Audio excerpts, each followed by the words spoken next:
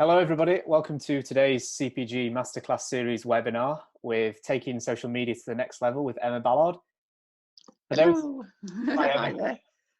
For everybody who may not have attended a webinar before, if you could just make sure your microphones are off, please, that'd be great. You can keep your screens on if you want to, but again, it's entirely up to you. We will be recording the webinar as well, so if you do miss anything, we'll upload it onto the Masterclass series subpage after this webinar is finished, so you can go back to it and refer to it if you do. And then we'll also allocate a bit of time afterwards to do a short Q&A again with Emma. I don't know if anybody, there's a few that were on the part one, so it's again following a similar structure to what we did last week with Emma, where if you have any questions, post them in the chat and I'll go through and coordinate a short Q&A afterwards as well. My name's Tom Bentley. I am the Communications and Event Manager for the Confederation of Professional Golf. So again, thank you all for attending this webinar. We really appreciate your support. And I'll hand you straight over to Emma to get started with the webinar. Emma. Thank you, Tom. Hi, everybody. It's always a bit weird to say hello to people that can't respond back to you, and I can't see you now because I can only see my screen. But anyway, let's get on with today. So taking social media to the next level. Let's get this going. Excuse me a second. Right. We're going to be looking at how we can take your social media to the next level. First, let's look at the overview of what we're going to be covering today. We'll recap why we're using social media, then we'll look at social media marketing strategy, what it is and why it is important. We'll then look at how to create one, going through these 8 steps. And hopefully, but maybe a little rushed, we'll go through some tactics for easy wins and some social media best practices. So, why do we use social media? Your customers and potential customers are on social media. It helps to increase brand recognition. It's a relatively inexpensive way to communicate with customers. Your competition is most probably on social media. It can help generate leads, boost sales and grow your business. It's also a great customer service tool, and it can also help establish you as an expert in your field. There are many wasted opportunities if you decide not to go onto social media.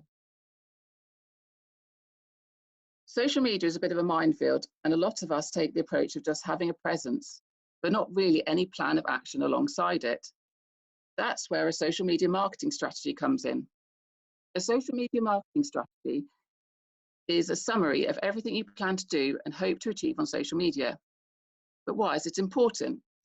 It guides your actions and lets you know whether you're succeeding or failing. Every post, like, reply, and comment should have a purpose.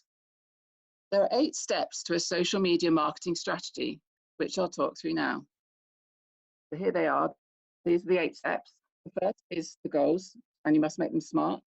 You need to learn about your audience, research the competition, create mini mission statements, improve existing accounts, get inspired with some content ideas, create a content calendar, and at the end, test, evaluate, and reset goals. The first step is goal setting. It's important that you set social media marketing goals that are in line with your business objectives. So here are some general examples that you can read through. Now, I won't go through all of them at the moment, but there's also a link on this slide so you can have a look later on. But let's just look at the top one. Let's say your business objective is to grow your brand. So your social media goal might be to do with awareness. And how would you measure that? You'd measure your success there by looking at the followers and shares and etc. And here's some other examples as well. So when it comes to goal setting, there are 8 common types of social media goals. These may be to build brand awareness, to manage brand reputation, build and manage an engaged community, increase conversions or sales, to gain customer or market insights, to identify and nurture leads, or to develop customer service or support, and finally to potentially increase event attendance. So let's look at a goal setting example. Your broad goal may be to increase brand awareness on Facebook, but we really need to make this smart. So a smart goal might look like this: to increase brand awareness on Facebook by increasing my following by 50% in 3 months. So let's break that down. So specific, spend 1 hour a week to produce relevant content to post 5 times a week to my Facebook page. You make it measurable by using Facebook Insights to make sure that you're on track. It is achievable and realistic because you have the time to put aside an hour each week, and you've given it a time frame, which in this case is 3 months to achieve your goal. So the second part of your social media marketing strategy is to learn about your audience. You need to ask yourself 2 questions. What does your current audience look like? And what would your ideal customer look like? You can use analytics to see what your current audience looks like. For example, you can use the insights that you have already to hand. So here is the look. Here we have Facebook, my Facebook, or not my Facebook page, a Facebook page, and you can go to the Insights tab at the top. It gives you a breakdown of the people that already follow your page. So male, female, location, and things like that. So this can provide you some really great in-depth information if you want to know what your current social media audience looks like. On Twitter, unfortunately, since the end of January, they no longer use the in-depth analysis of the actual followers, but there are other apps online that you can use. This one here is actually showing the distribution, for example, of my followers on Twitter using an app called Follower Wonk. And then finally, I'm only going to look at these top 3 today, but also on Instagram. If you have a business page on Instagram, you can go to the Insights tab on there, and this again shows you a very similar sort of breakdown to Facebook. Again, looking at gender, age, location, and even the times that your followers are online. Once you have an idea of what your current audience looks like, you can then think about what your ideal customer looks like and see how they compare. Would you expect them to be the same? It potentially may reveal a gap for you to target. The third point in the marketing strategy is to research the competition. This can be a very involved and time-consuming process. So let's try and keep it simple. Take 3 competitors in your region or online. Briefly evaluate their social media. How many followers, their frequency of posts, how much interaction are they getting, and the types of posts they are producing. Spot opportunities. For example, maybe one of your competitors is dominant on Facebook, has little presence on Twitter or Instagram. You might want to focus on the networks where your audience is underserved, rather than trying to win fans away from a dominant player. On to stage 4, creating mini mission statements. These need to be in line with the goals that your business goals you've already set. So here's just a sort of brief outline. I am on a certain social media channel in order to, which will, and you can see here some examples. So it might read something like this. I'm on Facebook in order to raise awareness of the golf lessons I offer, which will increase the number of lessons booked. Or I'm on Instagram in order to showcase the results of having a golf lesson with me, which will drive interest in me and build my coaching business. Remember, your social media mission statement is not the end point of your social strategy. It simply gives you a strong business reason for being on social and then shapes what you do there. So on to improving your existing accounts. You must make sure that with every account, you fill out all the profile fields properly. You use keywords which people will use to search for your business. You use images that are correctly sized for each network. The About Us section is always filled in across all platforms. You also have clear links from your social media to your website and vice versa. And also, where possible, have usernames that are all the same. And this is something that maybe not everyone may agree with, but I think it's important that it's better to have fewer channels and manage them well than to stretch yourself thin and try to maintain a presence on every network which you might not have an interest in. With these points in mind, I just wanted to highlight one of my pet hates, which is brand consistency, or at times lack of it.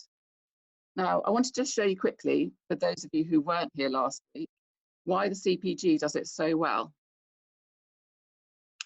Here's their Facebook page, their Twitter page, Instagram on desktop, YouTube channel, and also the website. Now, I don't really need to talk you through all of this. I mean, hopefully what you can see there visually is they're all very, very similar. And then when you go into the About Us and all of them and things like that, you see everything is very consistent and linked back between each other. So now we move on to one of the most important parts, to get inspired with some content ideas. So your social media accounts are all up to date. You've researched the competition. You think you know what everything you need to know. There are 3 ways to achieve this. Again, you can look at existing accounts that inspire you. Could any of their posts translate content for your channels? Look at their consistent voice, tone, and style. Consistency is key to helping your followers understand what to expect from your brand. Maybe even ask your current followers you already have. Find out what they'd like from you. This is an easy win, but be sure to follow through with their requests. So as Bill Gates said, content is king. High quality, engaging content is one of the most valuable tools you can create for your business. So here are some pointers. Be original, produce actionable content, tell a story, make your audience think, keep it visual, become a master of the intro line and mix it up. So with Be Original, I know I covered this last week, but it is so important to have your own voice on social media. I do understand that there may be a need for automated messages, but think of the long-term impact to your brand. So bearing that in mind, try and make sure that as much as possible, you're human and not a robot. Produce actual content. A call to action can be extremely useful as it's a way for you to entice your social media followers to focus their attention on the next action you want them to take. So here are some examples for you. Maybe you would make sure that this is in the post you're putting out. Download, subscribe, contact us, like, share, follow, all those sorts of things. Telling a story. I don't know whether I can get this to play. Let's see if I can.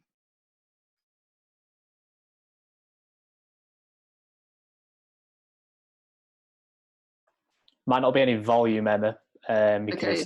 you share the volume on your screen, but I think you can get the premise of the video still anyway. Yeah, sorry, it was more just to show the video necessarily than the very That's funky fine. music.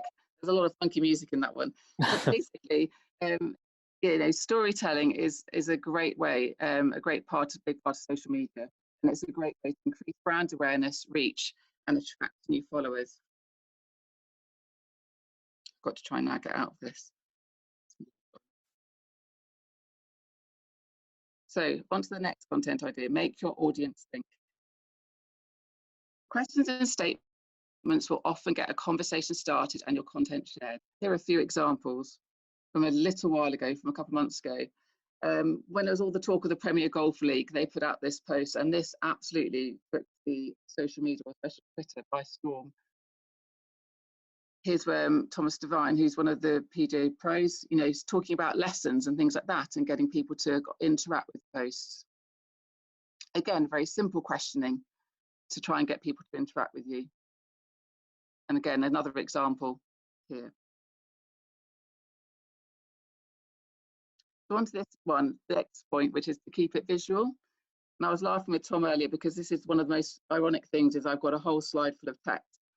But just to read through it, sharing visual content on social media platforms is a great way to boost engagement. Compared to standard text posts, images or videos can increase views, likes, and comments. Emma, just a quick one. I've lost you a little bit on the microphone. Oh, sorry. No, it's all right. Or is it might just be a mic? Just recheck. Okay. Can you hear me again now? Bit better. Thank you. Compared to standard SEO, a strong image or an interesting video will make people stop and pay attention as they're scrolling through their social media feeds. Showing something that breaks up the typical text post will bring more eyes to your content. However, in today's social age, videos and images are becoming more and more standard. They need to be used strategically if you want them to make an impact on your audience. And here are some examples. I'm sure most of you remember Anne Van Dam's swing here, which when she was hooked up to all the equipment. Again here, great indoor simulator image. And this one here with the 80-year-old Mary, it just makes you want to stop and look and see what's going on. The next point is become a master of the intro line. And the question is to sensationalize or not to sensationalize. Although it varies on the channel, it's important that you try and keep your introduction as brief as possible to try and hook people in. Here's an example here. And then another one from Bunketeer. It's all in the yips and it just makes you want to see what's going to happen in the video. And again, I would say one of the most masterful people of the intro line is Rick Shields. Just makes you want to see what's going on in the video. So mix it up. As a general rule, I would say a third of it should be sharing posts to promote your business, to convert readers and generate profits. A third of your content should be to share posts and ideas from influencers or other people within the industry. And when I say influencers, I don't mean social media influencers, I mean people of influence in the industry or like-minded businesses. And then the other third should be looking at sharing posts around personal stories to build your brand. Even if you don't follow this rule exactly, maybe the other way of looking at it is having 3 different themes that you follow throughout the week. And here's an example that I did with regards to PJ professionals is lessons, personal information and tips. Here's some example using Lee Cox. Here's him after giving a lesson. Here's something to do with his studio. There he is here sharing content from someone else of influence within the industry. Again, same here. And then some personal stuff, just to get to know him a bit better and what he's about. So on to stage 7 of the social media marketing strategy. Once you've got all these content ideas, you'll then need to put them into some sort of content calendar. This doesn't have to be too involved or be too time consuming. You need to use a calendar that works for you. So whether that's a wall calendar, a diary, or as the examples I've got here, a spreadsheet, you can set it out in any way that you want and any way that works for you. But there's also, you can use Google Docs and you can also use social media management platforms such as Hootsuite, Sprout Social or Buffer, which would allow you to put content calendar together and work together with other people on it. So the final part of the social media marketing strategy is to test, evaluate, and reset your goals. I cannot tell you enough how important it is to keep on testing.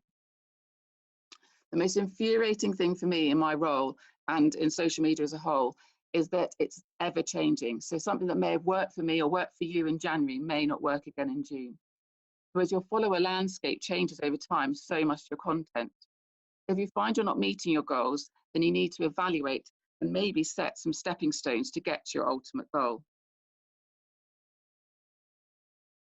So that is a very, very, very quick run through of the 8 stages to put together a social media marketing strategy. I wanted to finish off with a few other bits, looking at some tactics for easy wins. So as I've already emphasized, video and imagery is key. So for example, here, tweets with a video get 10 times more engagement than other posts. Interact as much as possible. Again, a very, very underutilized area is interaction. A lot of people just throw out a post or put 5 posts out a week, but don't actually go actively onto social media to look for people to talk to and try and establish themselves within the industry. It's so important to see what everyone else is talking about too. Treat each channel as an individual space.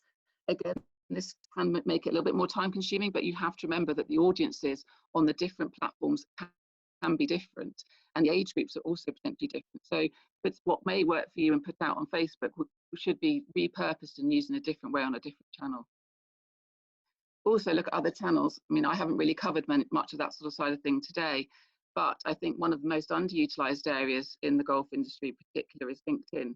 Building your profile on there could be a really great sort of stepping stone to really increasing your brand and awareness of your business.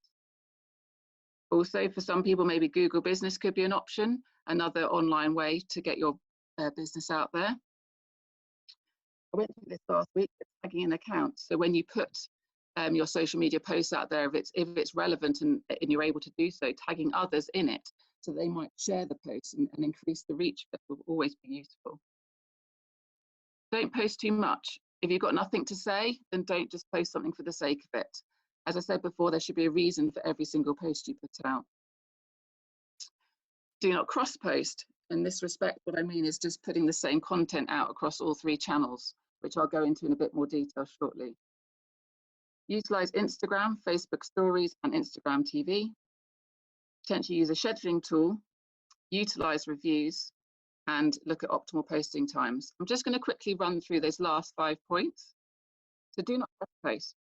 What I meant by cross-posting is basically sharing the exact same post across all social media platforms or on the same account multiple times. Things like caption length, image formatting, and vocabulary differ by platform.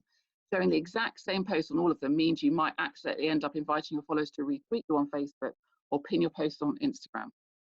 Think about your followers. They're not going to be the same on every platform. You can use the same content, so don't get me wrong, you can use the same content, but you might need to present it differently. Just be aware of that when you're trying to put the same stuff out across all channels. I touched on this last week, but Facebook and Instagram Stories and Instagram TV, a very quick and easy win to increase the reach of your posts. I can't go into detail of how to do that today, but you'll see here, this is Facebook, and then Instagram Stories run across the top of your profile.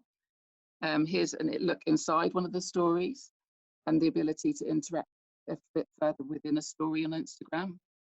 And here's just a look at Instagram TV sort of, and how that would look, and you can tap on there and watch longer form videos. You can use a scheduling tool. I briefly spoke about this already. There are numerous scheduling tools out there that can help you get ahead on social media if you feel like you don't have enough time to do it as you go. Facebook has its own ability, you have your own ability to schedule posts on Facebook.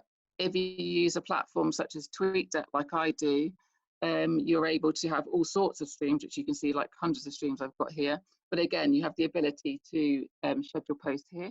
And also, this is a screen of Hootsuite, which is one of the platforms that Mediate uses, but there's scheduling platforms such as Hootsuite, Social, and Buffer that can help you out as well, and be a good central place to be able to share content if you're working with more than one person on an account.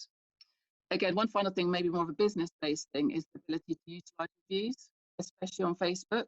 I think this is a really underutilized area amongst people in the golf industry.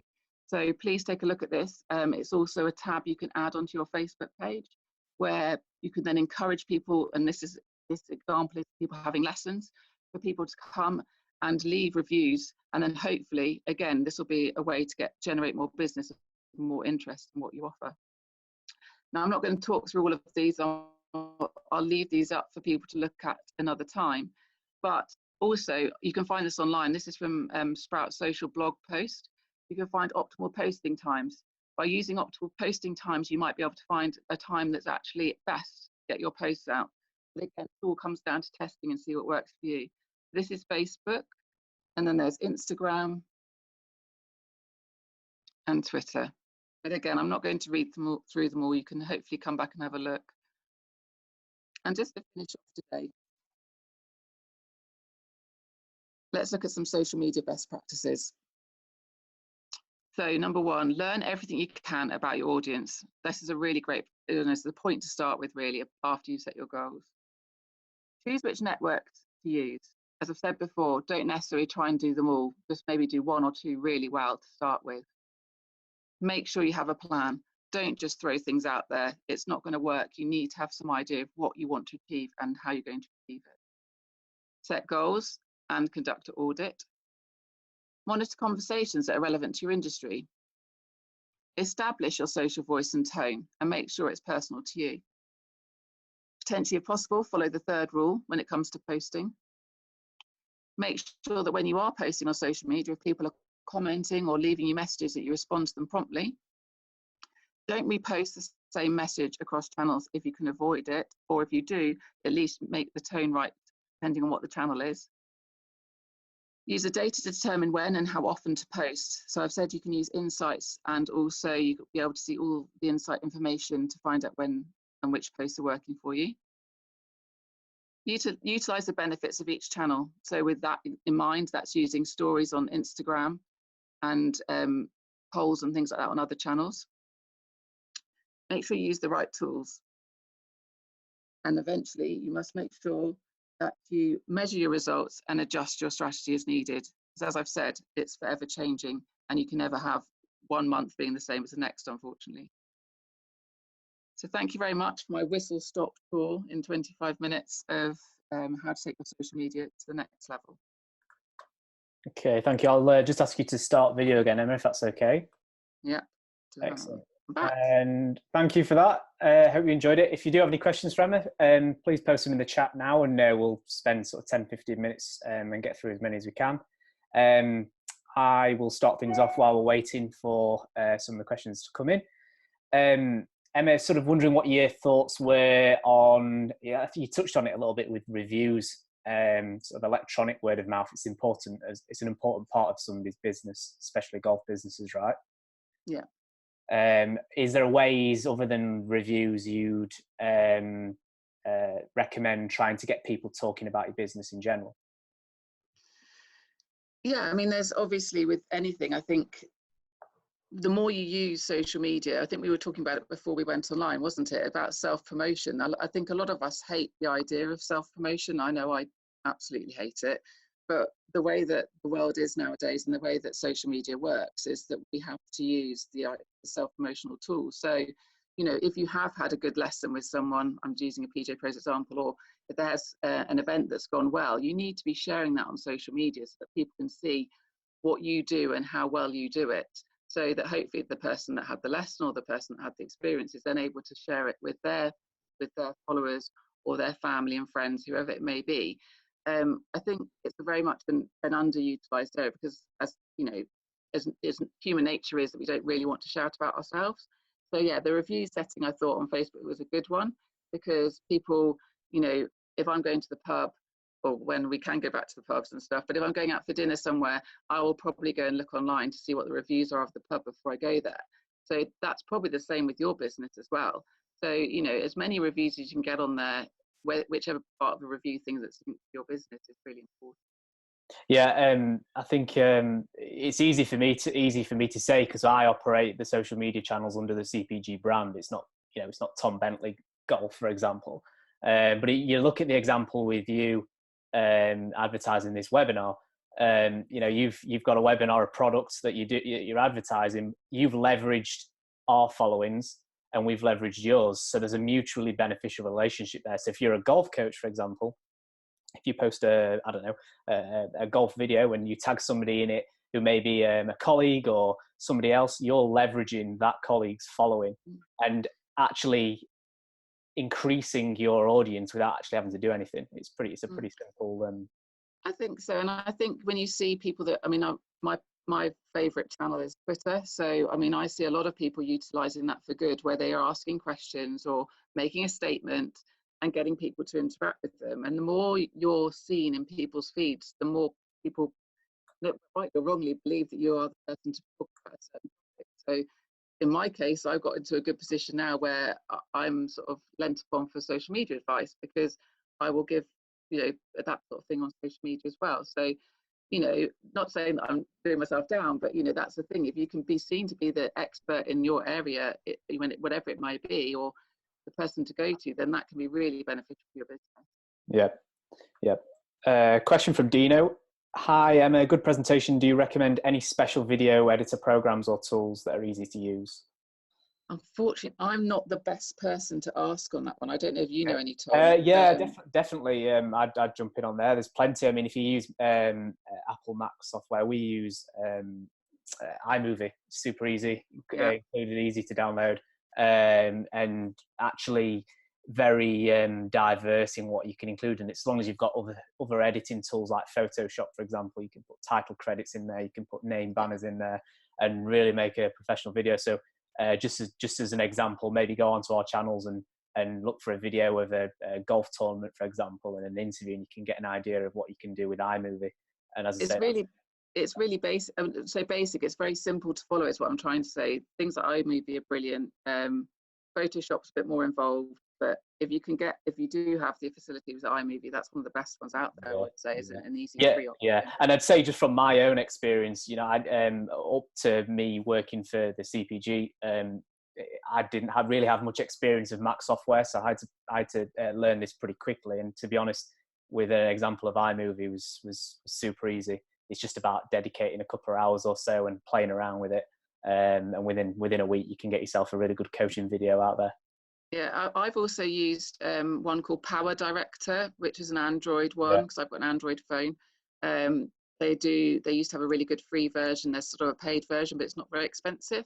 So again, if you've not got the Apple Mac, there are options, and you can go online to find those normally. Yeah. Again, it's probably doing a Google search and a Google review to see what. Yeah, absolutely.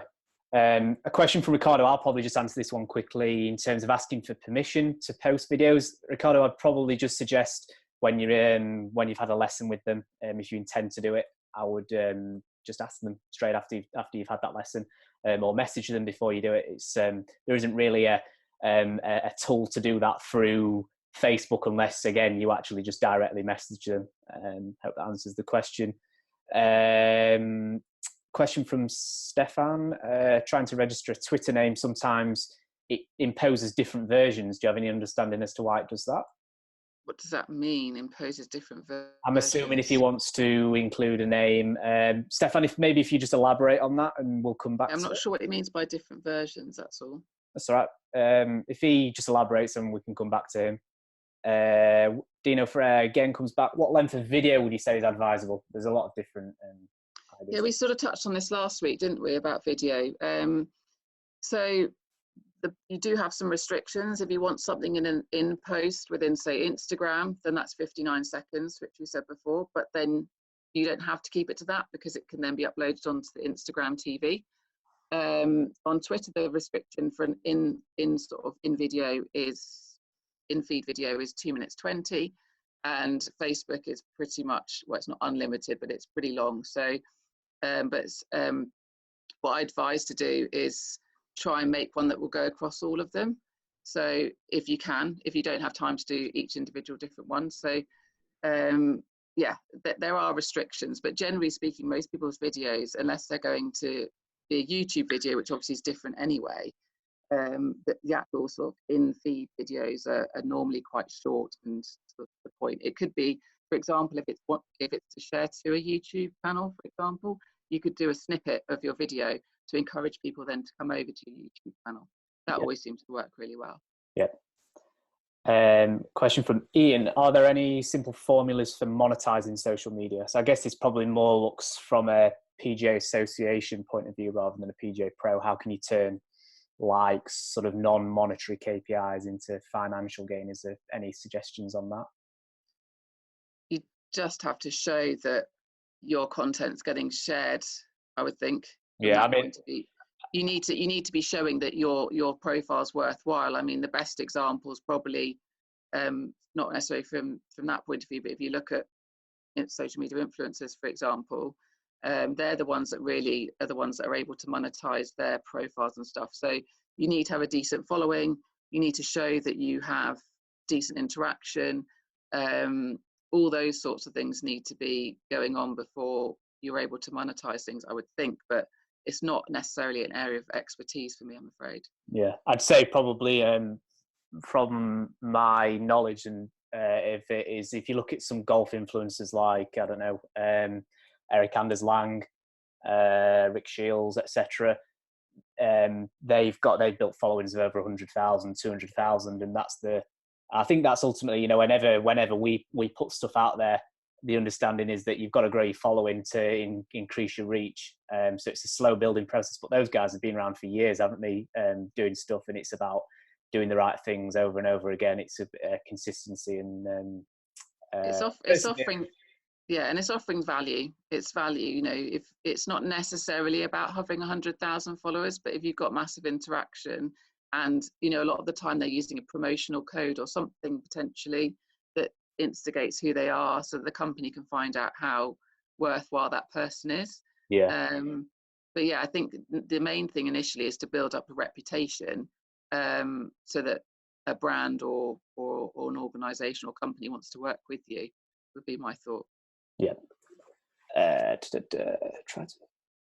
Okay, so Stefan's elaborated slightly. So say he's tried to open his Twitter account as @CaddyPlayerOnline and it changes it to @CaddyPlayer2. So I guess if you want to create a new Twitter account, is there there's not, I guess, Stefan, probably the question is that there's probably a username already taken from that. So you'll need to be a bit more imaginative in what you create, or change it slightly to tailor towards it. There's that many people now. You know, you've got 7 or 8 billion people on, and a big proportion of those on social media. There's more than likely somebody who's going to take in your user account. And actually, just twisting that question a little bit, is there anything that somebody, any advice you'd give on usernames to maybe improve your chances of creating a successful channel? Because there is some out there of good, I think, when I look at, on scrolling through, there's some good tips that people do in their usernames that look good. I think, you know, any suggestions? I think it's just sort of, well, obviously make it relevant. That's the first point. But I think we touched on it last week. It's about if you're a brand or your company or whatever it is, you know, what is your identity? What do you want people to know you for? So for some, I mean, again, I always seem to touch on the pros, but some pros use a logo, some pros use their face, some use a combination of the two. And it actually sometimes, like, you know, let's say like a logo could be something that really sticks out. You'd be really, you know, you might be scrolling past and that's something that catches your eye. Name-wise, think about what people would be searching for if they hear about you or they're looking for something. So that might actually be not necessarily so much in the name, but maybe in your description. Because obviously if someone searches for golf professional or golf club or something, that probably needs to be in your intro, in your about us bit, so that people can find you. But yeah, make it relevant to you, I would say, as much as you can, or the product or whatever it is, so that people, when they hear your name or they hear about your business, they want to find you, so they're going to search for you first. So if, you know, I mean, I'm known around the place as Mediate Emma now. I don't think necessarily people even know my surname. So that stuck well, it worked well, it's our company name, so that's the way it worked for me. But, you know, it's not the same for everybody else. Yeah, I would say, I think, thinking about Instagram, for example, having, when you create a name, you usually have an @, blah, blah, blah, and then you actually have an official name that comes up on your profile. So, for example, if you're a golf coach, Tom Bentley, PGA, Tom Bentley, golf coach, that actually increases search relevance in results. So if somebody's searching golf coach, it brings your name up. So it's just a very simple thing you can do again. And you can also, in that respect as well, you can also utilize the hashtags that we talked about last week. Yeah. So maybe have hashtag golf or something, or whatever it might be. Maybe that's way too general, but something relevant to you, to make sure that's in your profile information as well. So again, when people are searching for that, they find you. Don't underestimate the power of the algorithms behind these hashtags and names and stuff. They might seem a bit cringy at first, but ultimately they are key to generating reach and engagements. So I guess we've not really got any more questions. We've covered quite a lot of it. What I'd say is, if anybody does have any further questions for Emma, please just email me, and if you're okay, Emma, I'll forward those on to you. Or they can tweet me, they can email me, I don't mind. So as long as it's not too complicated. So if you're happy with that, follow Emma on social media as well. I think it's Mediate Emma, is it? Yeah, without the A. Oh, it's below. It's on the slide anyway. But we'll also upload these slides and the recording onto the Masterclass subpage afterwards as well. So once again, I guess thank you everybody for attending. Hope you did enjoy that. I certainly did. Being a bit involved in social media, and it's giving you something to go away and work on to improving your business. Thank you, Emma, as well to you. I really appreciate it, because you've obviously spent 2 days now with us. So thank you very much. I've really enjoyed it. Thank you for inviting me. No problem. And then finally, just on the next webinars, we've got another 4 this week. We've got Teaching the Everyday Golfer tomorrow with Andrew Rice. Part 2, Life After COVID-19, on the 7th of May, which is the Thursday. That's with some CPG rules officials and myself. And then on Friday is the Golfing Buddha with David Kearney. So if you do want to attend those, please do go on to the Masterclass series afterwards to register. Once again, thank you very much, everybody. And I hope you all have a fantastic evening.